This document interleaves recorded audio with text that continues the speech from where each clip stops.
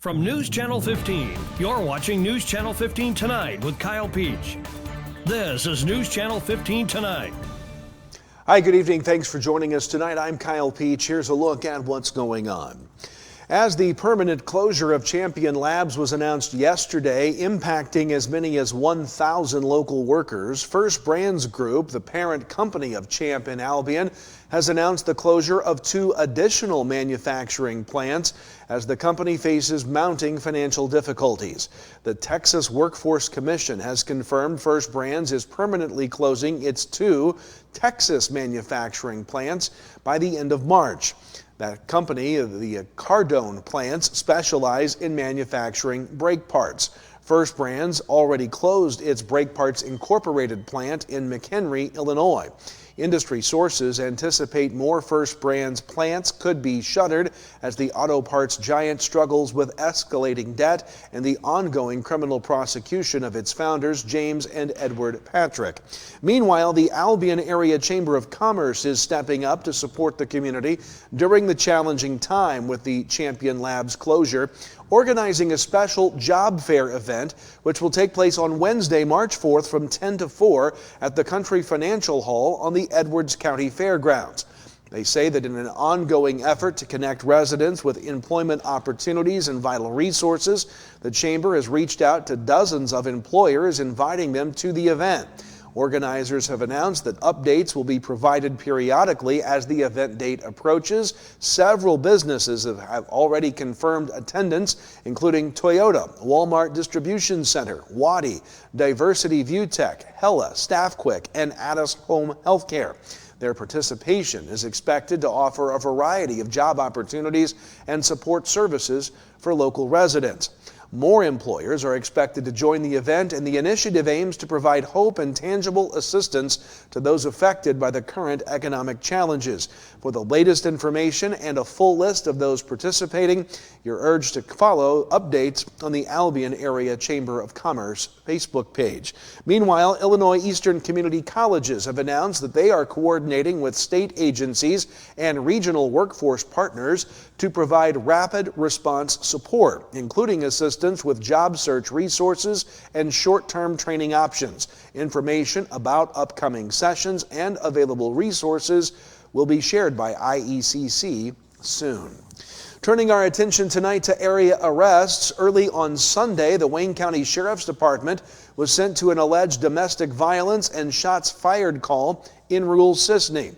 WFIW says the victim told police that 40-year-old Ryan J. Musgrave yelled at them about a meth bag and that he had made threats to kill the victim and their parents. Musgrave then allegedly began firing a handgun at the victim's vehicle.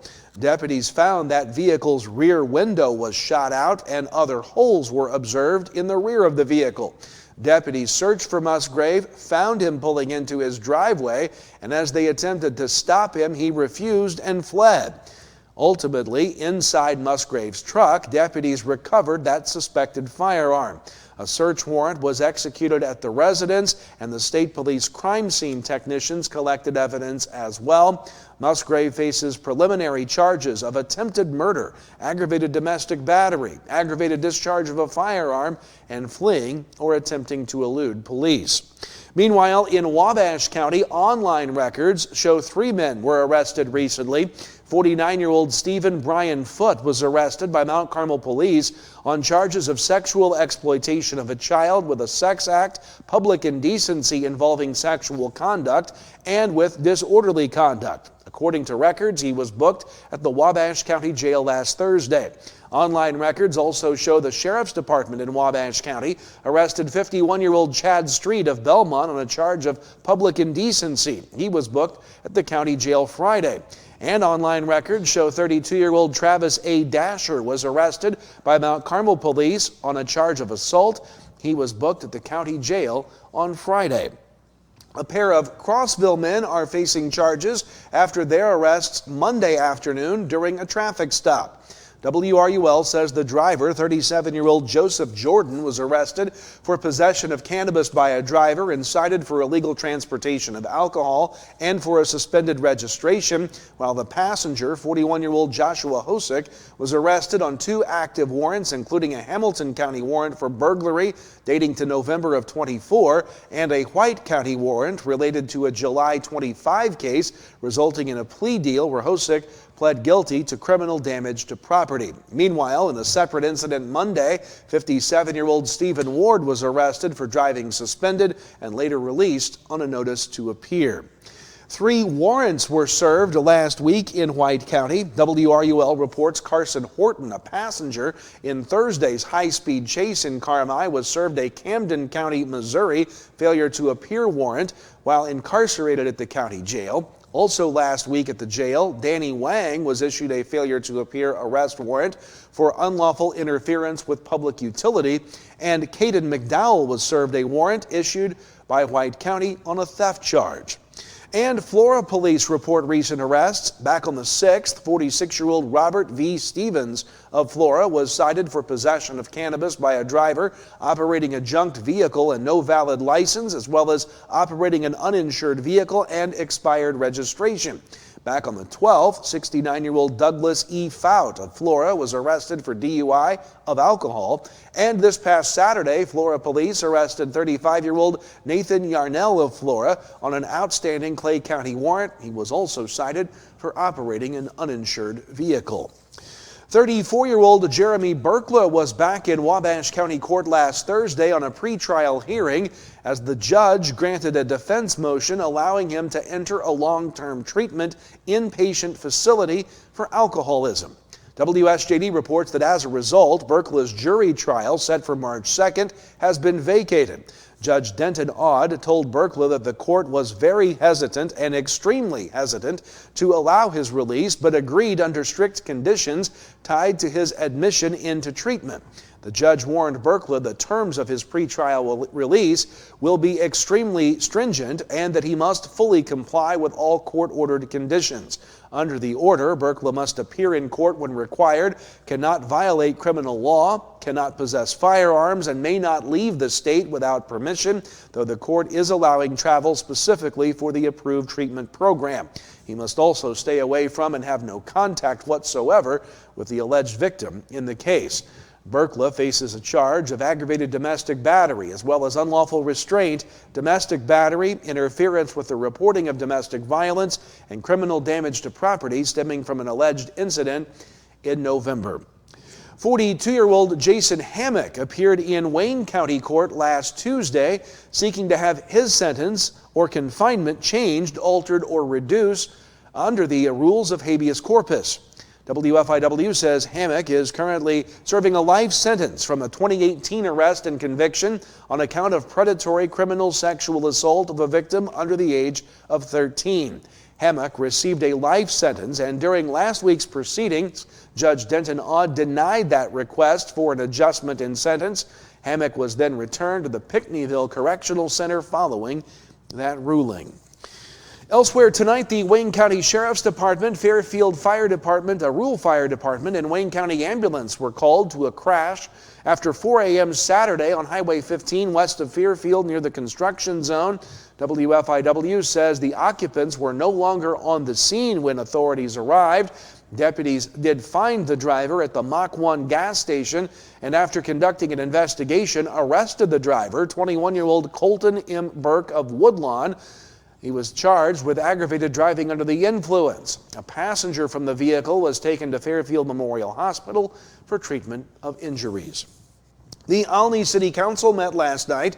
WSEI says the council discussed and approved the lease between the city and the Richland County Farm and Fair Association for use of the Alny City Park for the Richland County Fair. They approved the annual contribution to the Richland County Development Corporation, approved an intergovernmental agreement with Richland County for use and access of the city's radio tower for better communications. The council approved an ordinance to amend the liquor control ordinance. While prices were updated, a new special nonprofit event license was added, referred to as an SNE license. The council also agreed to seek a base bid for the resurfacing project of Main Street from Route 130 to Van Street, with additional projects to be considered. Meanwhile, the Grayville City Council will be looking for a new member. WRUL says Street Commissioner Chris James submitted his resignation letter Monday night after accepting a position with Got Your Six, a nonprofit out of Maryville, Illinois, that trains and provides specialized service dogs to veterans and first responders suffering from PTSD or other trauma. James himself is a recipient of Got Your Six, and he called the opportunity once in a lifetime. Council members thanked James for his service. He began serving on the council nearly 7 years ago, May 1st of 2019. The Wabash County Chamber of Commerce has announced the return of Chamber Days with a new carnival company and confirmed dates for this year's event. WSJD reports Chamber Days 2026 will be August 12th through 15th, later than normal.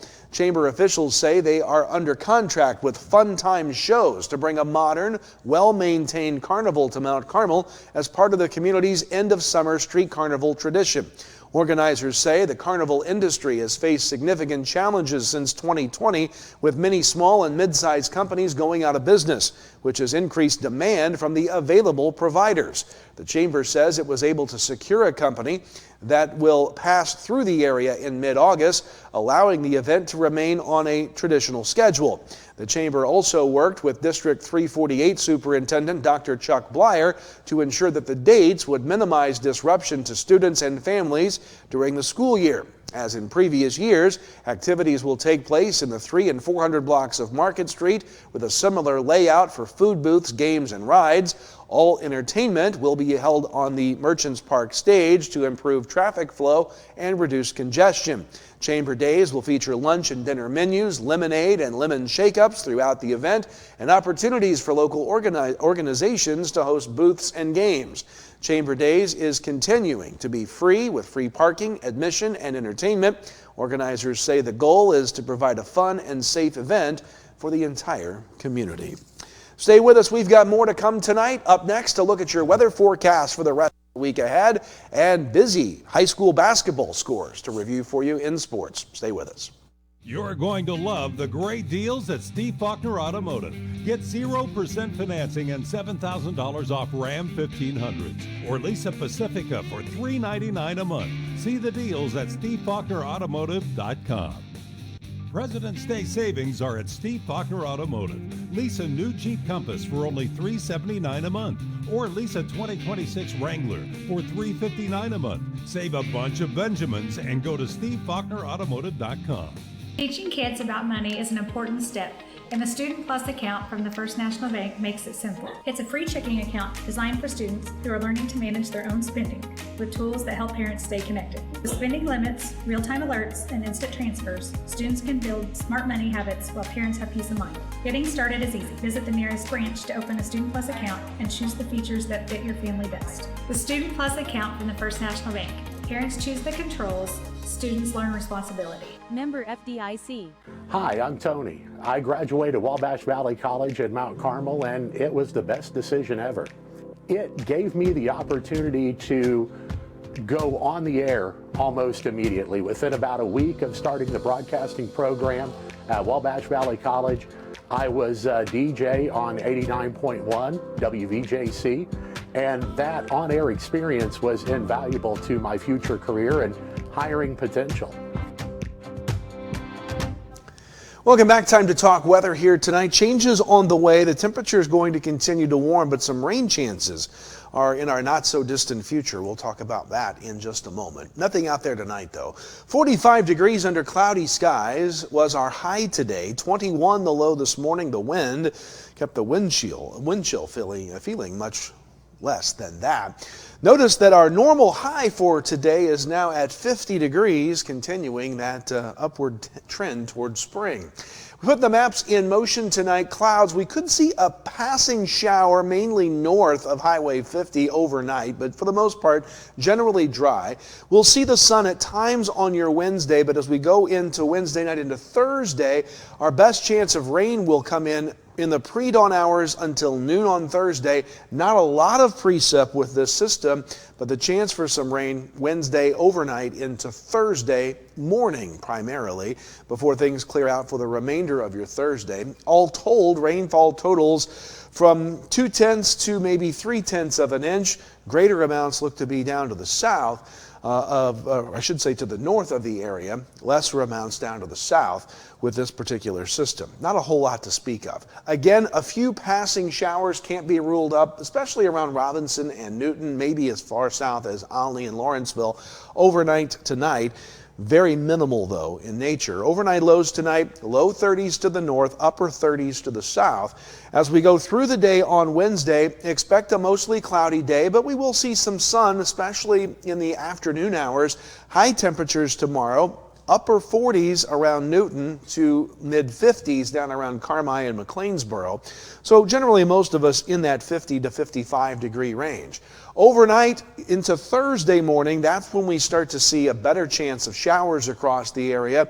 Again, we think that threat will end by noon on Thursday and probably not get started till 4 or 5 a.m. Overnight lows as we wake up on Thursday morning will be in the mid-30s across the area. And then the extended forecast as we take a look at Thursday, the rain ends by noon, a little cooler temperature-wise, upper 40s to the north, around 50 south of Highway 50.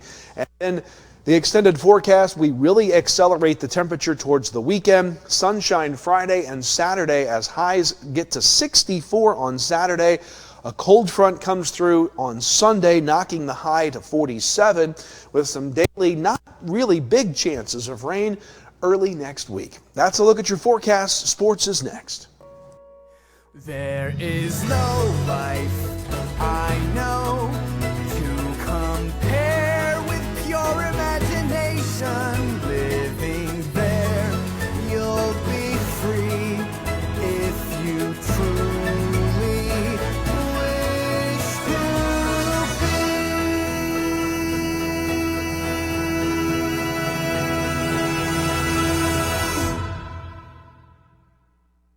Are you living with chronic conditions or finding it hard to manage your health at home? If you're 18 or older, have a primary care provider through Wabash General Hospital, and live in Wabash, Edwards, White, or Lawrence County, our community paramedics can help. Get support in the comfort of your home, including follow-up care, home safety and medication education, vital sign checks, disease management support, and resource connections. Our certified paramedics will work with your doctor to provide non-emergent care to keep you healthy at home. Ask your WGH primary care provider for a referral to community paramedicine. Have your weather radio, have a flashlight with batteries in it, make sure your cell phone's charged, know where you're going to go when bad weather hits. Go to the lowest interior room in your house and wait the storm out. After the storm, if your power's out or if there's any kind of dangerous situation or anything like that, call Mount Carmel Public Utility Company. As you go outside to survey the damage a little bit, just make sure to stay away from down power lines. Welcome back. It's time now to take a look at sports. We began with a very busy night last night in high school boys basketball as regional tournament action got underway. Here's a look at how it went last night in Class 2A in the Robinson Regional. Mount Carmel beat Robinson at home 49-41, and Newton beat OPH 55-38. The Aces advanced to play top seed T-Town Wednesday at 6 in Robinson, while Newton advances to play the 4th seed Salem, also in Robinson, at 7:30. In Class 2A in the Vandalia Regional, Vandalia beat Flora last night 52-47, and Olney upset Effingham 44-39. The semifinals are Wednesday in Vandalia as the host Vandals meet St. Anthony, while Fairfield and Olney will meet. In Class 2A at the Benton Regional last night, Vienna beat Johnston City 69-47, and Hamilton County beat Harrisburg 62-45. So Wednesday in Benton, the host Rangers will meet Vienna, and Murfreesboro will tangle with Hamilton County. In Class 2A at the Massac County Regional last night, Carmi's season ended with a loss to the host Patriots of Massac County, 67-39. That sets up an all-deep Southern Illinois semifinal on Wednesday.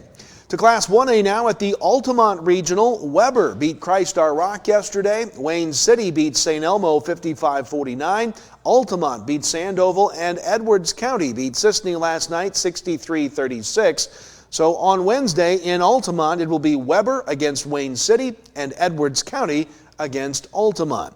And in the Class 1A North Clay Regional, Lawrenceville beat Ramsey last night 89-36. Red Hill beat Patoka Oden 71-56. So it's an all Lawrence County semifinal matchup Wednesday at North Clay. Meanwhile, North Clay advanced with a win over South Central. They'll play in the other semifinal Wednesday against Dietrich, who ended Grayville's season on Monday 74-49. Busy night in high school boys basketball. Meanwhile, the girls get back to play tonight as the sectionals get underway. In our area at the 2A Olney sectional, Paris meets Olney at 6 and Mount Carmel meets T-Town at 7:30. We'll have that Mount Carmel game for you live tonight on the NFHS network. College softball action to tell you about now from the weekend. Wabash Valley dropped 2 to Volunteer State, falling 12-3. and 7-2. Finally, how about a little good news? Flora High School junior Gage Dugan is being honored by the IHSA. Diagnosed with bone cancer throughout his lower legs as a child, Gage spent much of his early years in and out of hospitals, enduring treatment, remission, and a second battle with cancer that lasted from ages 4 through 8. Along the way, he was also diagnosed with a rare autoimmune condition requiring ongoing medical care, including shots intended to essentially replace his immune system. Gage caught the attention of the state this fall when he performed an incredible act of kindness for another high school student in a similar situation. When the Wolves faced Maroa Forsyth in the quarterfinal round of the IHSA football playoffs back in November, that week, Gage's mom saw a Facebook post about a Maroa Forsyth student who was battling leukemia. Gage and his mom put together a care basket for the young man, Matthew Clary. The basket included simple things like the game of Uno, a deck of cards, coloring books, a blanket, and socks, things Gage remembered enjoying during his own treatments. Clary serves as the Maroa Forsyth school mascot during games, while his older brother Michael is on the gridiron. He faced off against Dugan. Flora lost that game, but despite the outcome, Gage collected himself post-game, presented the basket, talked and encouraged and prayed with Clary and his family. As word spread of Gage's selfless act, other schools pitched in as well. Wilmington High School, who eventually faced Maroa Forsyth in the state championship, raised over $1,000 for the Clary family. Gage's mission to give back is not limited to a single day or student. He has fully embraced the concept through helping organize canned food drives, community events, and participating in service-based initiatives such as a Paint a Game fundraiser conducted in conjunction with a regular season football game this past year. Dugan's journey is a powerful reminder that the true spirit of sport extends far beyond competition. Through resilience, compassion, and an unwavering commitment to serving others, Gage has transformed personal adversity into a force for good, which makes him a truly deserving recipient of the National Federation of High Schools NFHS Spirit of Sport Award. What a story. Good way to close it up for us tonight. Thanks for joining us. I'm Kyle Peach. We'll see you tomorrow for more news. From all of us at News Channel 15, thanks for watching. As a faculty member, Wabash Valley College was the best decision ever. I've always been excited to return back to Wabash Valley as an employee to inspire students the way I was inspired when I went to school here. And what I love is the sense of community that I have with my coworkers and being able to provide that to our students.